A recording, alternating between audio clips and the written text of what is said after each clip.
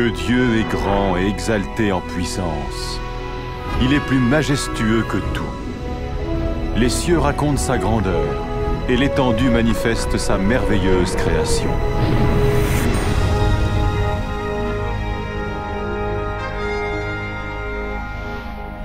Jour après jour, ils ne cessent de parler, et chaque nuit, ils le font connaître. En créant les yeux, Dieu créa aussi la terre, et à partir de la poussière du sol, il créa l'homme et lui insuffla dans les narines le souffle de vie.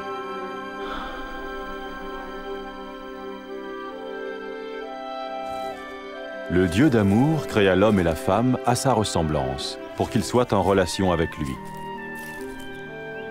Ainsi, au commencement, il révérait et honorait Dieu, et il vivait en harmonie avec lui.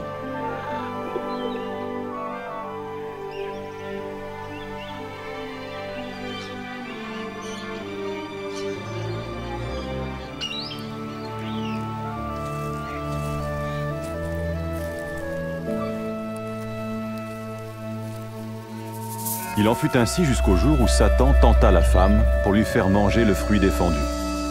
Elle le donna à l'homme qui en mangea aussi. Ce faisant, l'être humain se rebella contre Dieu et suivit son propre chemin.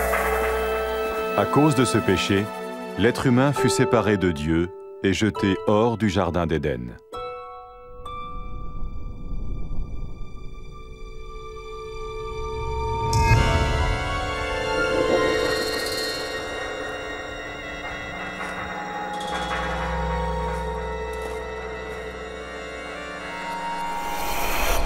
Mais Dieu aimait toujours l'être humain. Il n'avait jamais souhaité être séparé de sa création. Cependant, comment Dieu pourrait-il être saint et source de toute justice s'il ne jugeait pas l'être humain à cause de son péché? Dans son livre saint, Dieu révèle son plan pour sauver le monde de son jugement. Abraham fut l'un des premiers à découvrir ce plan.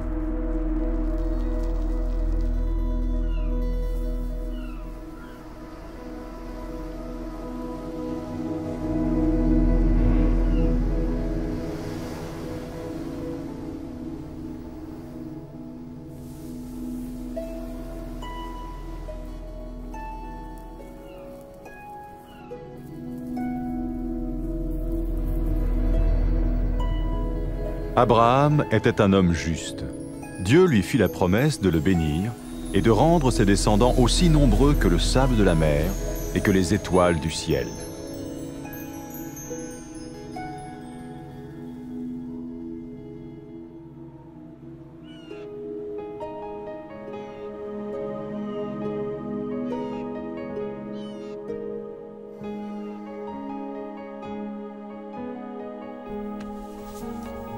Pour mettre son obéissance à l'épreuve, Dieu dit à Abraham de sacrifier son fils en offrande pour lui.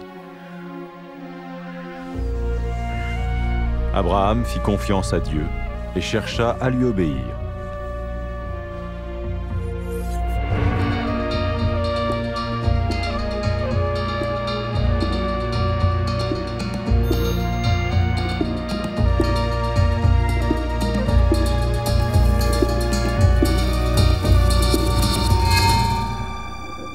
Alors qu'il levait le couteau pour tuer son fils, l'ange du Seigneur l'arrêta.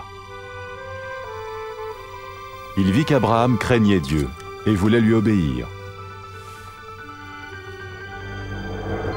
Puis Abraham vit un bélier retenu par les cornes dans un buisson, et il le sacrifia à la place de son fils en offrande à Dieu. Par ce moyen, Dieu montra à Abraham qu'un agneau ou un animal similaire devait être tué pour couvrir pour un temps le péché, jusqu'à ce que Dieu pourvoie au sacrifice ultime qui paierait pour les péchés de l'humanité. De même que le péché avait séparé l'humanité de Dieu, ce sacrifice allait restaurer leur relation. Les Saintes Écritures parlent de celui qui allait venir pour être le sacrifice ultime pour les péchés du monde. Tout comme le bélier avait pris la place du fils d'Abraham, ainsi il allait prendre la place de l'homme pour que celui-ci puisse être pardonné. Certains parlent de cette personne comme du Messie, celui qui viendrait pour réconcilier une fois pour toutes le monde avec Dieu.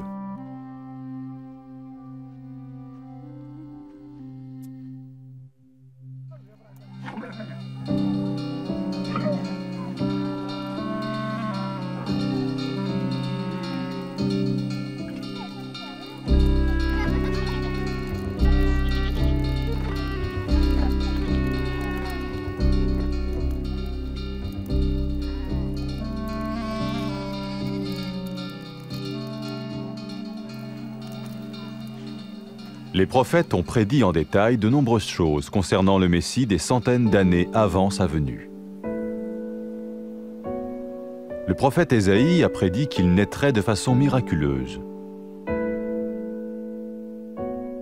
Une vierge attendrait un enfant qu'on appellerait spirituellement parlant le Fils de Dieu. Le prophète Michée a prédit que le Messie naîtrait à Bethléem, tandis que le prophète Zacharie a dit à l'avance qu'il ferait son entrée dans Jérusalem sur un âne, et que Judas, l'un de ceux qui le suivaient, le trahirait.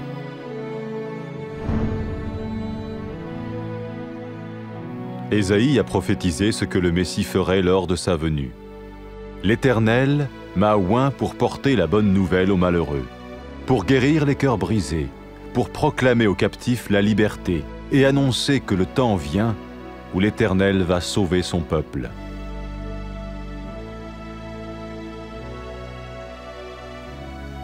Qui était donc le Messie? Au 1er siècle vint un prophète appelé Jésus. Certains pensèrent qu'il était celui dont parlaient les prophètes. Est-ce possible? Sa vie a-t-elle accompli ce qu'on avait prédit de lui? Jésus était-il plus qu'un prophète? Ce qui suit est son histoire basée sur des témoignages oculaires rapportés dans les Saintes Écritures.